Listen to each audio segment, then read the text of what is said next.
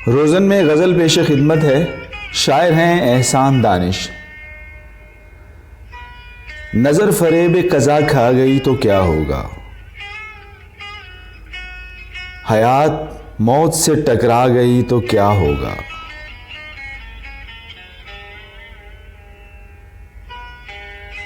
लरज़ रहे हैं जिगर जिससे कोहसारों के,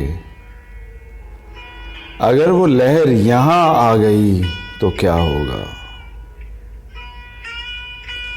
शबाब लाला व गुल को पुकारने वालों, खज़ां सरिश्त बहार आ गई तो क्या होगा।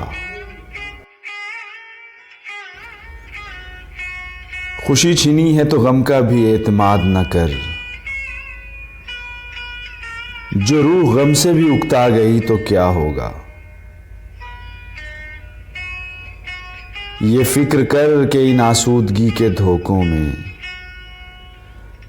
तेरी खुदी को भी मौत आ गई तो क्या होगा। बज़ों में होश तजल्ली की जुस्तजू बेसूद, जुनूं की ज़ब्त खिरद आ गई तो क्या होगा। नई सहर के बहुत लोग मुंतज़िर हैं मगर नई सहर भी जो कजला गई तो क्या होगा।